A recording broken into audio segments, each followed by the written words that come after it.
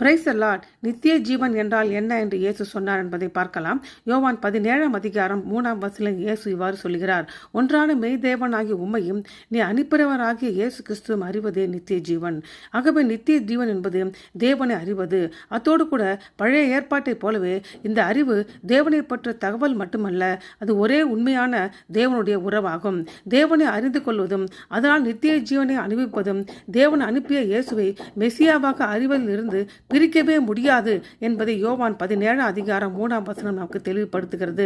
ஏனென்றால் புதிய ஏற்பாட்டின் விதிமுறையின்படி தேவனுடைய பிள்ளைகள் அனைவரும் அவரை தனிப்பட்ட முறையில் அறிந்து கொள்ள வேண்டும் என்று எரேமியா 31:34 சொல்லுகிறது. எரேமியா 31:34 இனி ஒருவனும் தன் அயலானும் ஒருவன் தன் சகோதரனை நோக்கி கர்த்தரை அறிந்து கொண்டு போதிப்பதில்லை. அவர்கள் சிறியவர் முதல் பெரியவர் மட்டும் எல்லோரும் என்னை அறிந்து கொள்வார்கள் என்று கர்த்தர் சொல்கிறார்.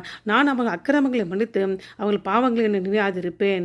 இது எப்படி சாத்தியம் என்பதை 1 யோவான் 5:20 தெளிவாக கூறப்படுகிறது.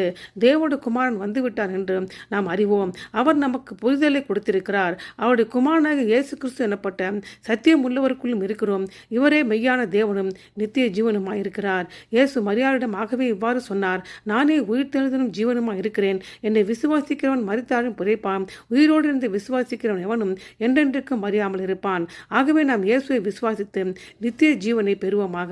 ஆமென்.